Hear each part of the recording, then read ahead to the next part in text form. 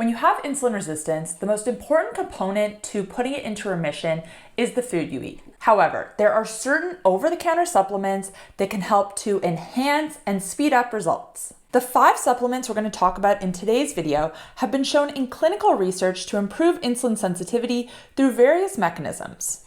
They can help you to better control your blood sugar and reach your goals faster.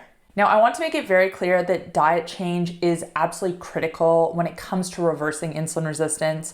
You can't just take these supplements without making any other changes and expect to see lasting results. And I also want to say that you don't have to take all of the ones we talk about in today's video because some of them work in similar ways. You can choose one or the other. However, some of them are better when they're combined together, and we'll talk about that as we go through the video. But with that out of the way, let's get into it. Number 1 is magnesium. Magnesium is an essential mineral that works with insulin receptors to store blood sugar. Low magnesium levels have been linked to poor insulin sensitivity, and they've been associated with type 2 diabetes. But to be honest, most people are deficient in this mineral. Magnesium used to be a lot more abundant in our food, but because the soil that we grow our fruits and vegetables in has become depleted, the fruits and vegetables are as well. In the last 50 years, it's been estimated that the magnesium content in our food has decreased by 80%. So even if you're not insulin resistant, supplementing magnesium is probably a good idea. Now, the dose you need is going to depend on the form you're taking because some are more bioavailable than others. But in general, 250 to 350 milligrams of magnesium per day has been shown to be beneficial. Number 2, berberine. This is probably the most heavily researched in relation to blood sugar and insulin. It has the strongest evidence supporting how effective it is. Berberine is a natural compound that helps the body break down sugars inside our cells, decreasing sugar production by the liver and improving insulin sensitivity. It's found naturally in certain plants in low doses, but it's also isolated into a supplement. Berberine is often recommended as an alternative to the prescription drug metformin, with some studies showing it to be just as effective at improving insulin sensitivity and oftentimes with less side effects. Now, berberine does still cause digestive side effects for a small percentage of people, but in general, this percentage is a lot lower than it is for metformin. Generally, it's recommended to take 500 to 900 milligrams of berberine 2 to 3 times per day. And usually it's recommended to take it before meals.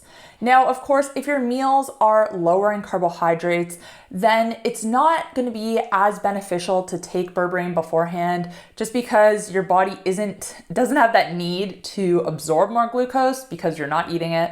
So if you eat generally low carb, it might be a better strategy to just take it once in the morning. And just because I know I'm going to be asked, I'm going to link to some of my favorite brands in the description box down below.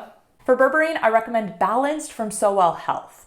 Each capsule contains 900 milligrams, and it also combines berberine with a few other nutrients, which we're going to speak about a bit later in this video. But basically, this makes it the one-stop ultimate supplement. It's currently only available in the United States. You can check it out. Again, I'll put that link in the description box down below, and you can use code KAIT10 at checkout to save 10% off your order. Moving on, number 3, we have inositol. Inositol, which is also known as myo-inositol or vitamin B8, is a nutrient that gets depleted when blood sugar is high. It plays a role in insulin signaling and improves insulin sensitivity. Now, if you're taking berberine and it's working for you, it's probably not necessary to take both inositol and berberine. However, if you are part of the small percentage of people who experiences side effects from berberine, then give inositol a try instead. Generally, 1 to 4 grams is recommended a day. However, most studies are done using between 10 to 18 grams. Most people are fine taking up to about 18 grams a day without side effects. However, once you go above that, then they become a bit more common. And Health also has a supplement called Zinc, which combines 2 types of inositol with vitamin D and folate. Each capsule has just over 2 grams of inositol, which, as we already discussed, is basically the perfect dose. And it's recommended to take up to 4 times per day for best results. Number 4, chromium. Chromium is another essential mineral like magnesium. It is found in foods such as beef, chicken, and green beans. And it plays a very important role in the regulation of insulin and in our metabolism. Chromium actually enhances our cells' response to insulin, which again is going to be beneficial for insulin sensitivity. And chromium deficiency has actually been linked to insulin resistance. Now with chromium, 35 micrograms per day is recommended for men and 25 micrograms for women. But higher doses might be beneficial for those who are insulin resistant. The upper recommended limit per day is actually 1,000 micrograms. Now I know I said that you can get chromium through food, but even hitting that 25 to 35 microgram minimum can be quite challenging. To put it into perspective, a small beef steak has about 6 micrograms. So supplementing can definitely be beneficial. And chromium is actually one of the nutrients that's in the balance supplement that I mentioned earlier, combined with the berberine. And finally, number 5, we have GABA.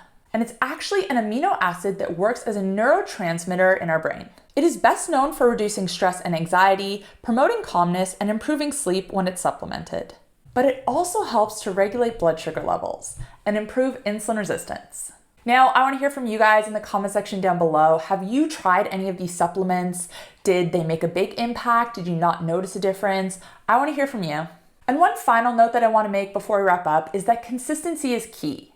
Yes, certain nutrients such as berberine, they can work acutely. For example, even someone who's not insulin resistant, if they take berberine before a meal high in carbohydrates, they're going to notice a lower blood sugar response to that meal. But for long-lasting results, reversing insulin resistance, you need to be consistent. And once again, I'll link to my favorite brands for all of these supplements in the description box down below.